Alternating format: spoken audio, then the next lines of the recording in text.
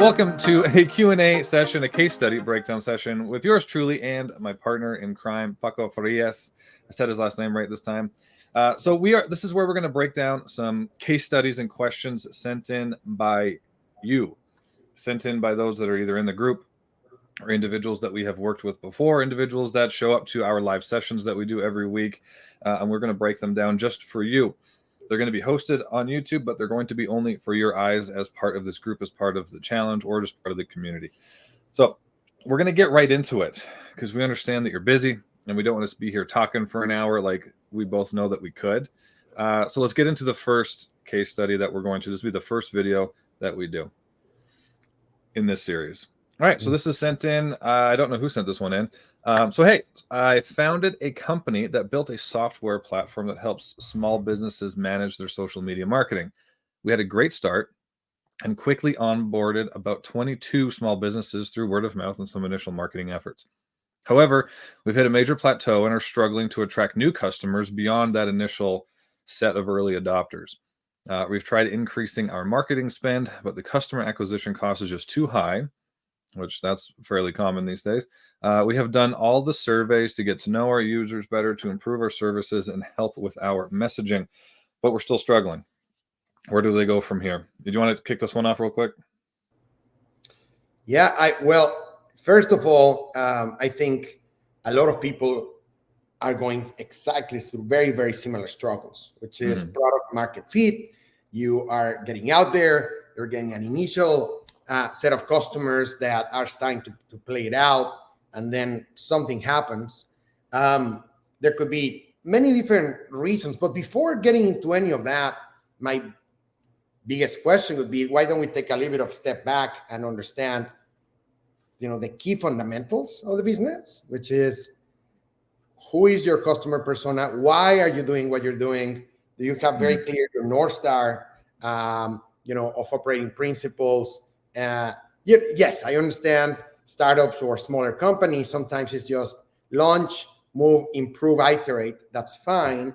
But what I'm seeing here is, there was some specific effort that allowed you to get where you were. You're doing surveys, you're doing a bunch of stuff, but it seems to me you need to take a step back and ask certain fundamental questions. That just as a quick initial assessment. Does that make sense to you? Yeah, no, this is a common trap that a lot of startups or a lot of businesses that launch new products or new services fall into, is that they identify that those initial early adopters. They identify those as their ideal client persona, where a lot of times that's actually not the case. They're individuals that are already in your network. They trust you. They understand what you're doing and they want to try it out. They're not necessarily always, I'm not saying all of them, but for the most part, you will probably really see, for the most part, they may not be your ideal customer profile. Going a little bit deeper, right? Because it's not about selling people that already are aware of you, that you already have a relationship with. It's about, can you sell this product? Can you create revenue from people who don't know who you are, who start out is not knowing who you are, is not knowing, maybe they know they have a problem. If you were to kind of break down kind of you say like the ideal, kind of like the stages that people go through when they go through, okay, I know that I have this problem. I know that you can solve the problem. I think that you're the one for this to solve the problem for me, and then I'm going to purchase from you. Right. So you want to be able to, okay, what is going to attract those people that are as far down that line as possible? And again, a lot of times they're not the early adopters. So I would take a look at your market. Take a look at your market. Who are you competing against? What are they doing? What making them successful? What are your differentiators? What makes you different from them? What IPs do you have? What assets do you have? What intellectual properties do you have? What current competitive advantages do you have that you can maybe narrow your market that you're focusing on comparative to your competition? What sub-markets that maybe have a little bit of white space that you can initially go after, and identify those ICP, identify those people, and then cater your products and cater your services, cater your software to those individuals, and learn to sell to them and learn what they need, what are their pain points, learn to sell to them. Because again, this is, it's such a pain. It's such a trap that you see a lot of these startups fall into, is that those initial adopters, and then they okay, let's survey them.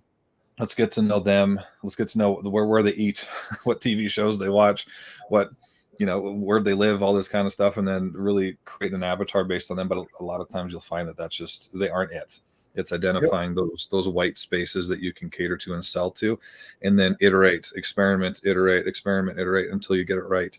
And you can sell, you can bring people into your ecosystem that don't already know you exist. I love how you're saying that, because you're talking about a concept of the echo chamber. So when you are continuously speaking with the same-minded individuals, you can fall into a lot of different biases, including proximity bias and many other biases, where you're thinking that it's so obvious that people should use your product because you have been working with it.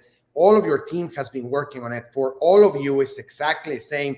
You are enrolling your close friends, those early adopters. So all of you are in that same echo chamber.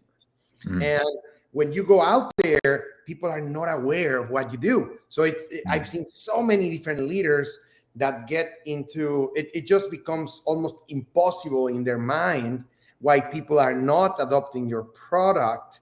And it's because they are not part of your echo chamber. They don't know what they don't know.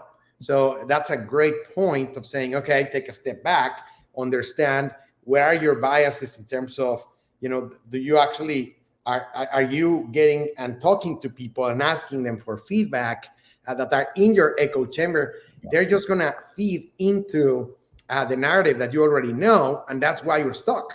You have to, that's why you have to take many steps back, as you're saying. And it's like, okay, how am I approaching this? What are the things that I'm not seeing? And sometimes talking to a contrarian, and Zach and I have talked about this, I love talking to contrarians. I love talking to skepticals early on, particularly, because yes, of course, your ego is not your amigo. And what that means is, it hurts a lot to talk to those individuals that are going to push back to you. But trust me, you're going to learn much more sometimes than the individuals that are just praising you. Yeah, no, absolutely. So to kind of sum this up, take a step back.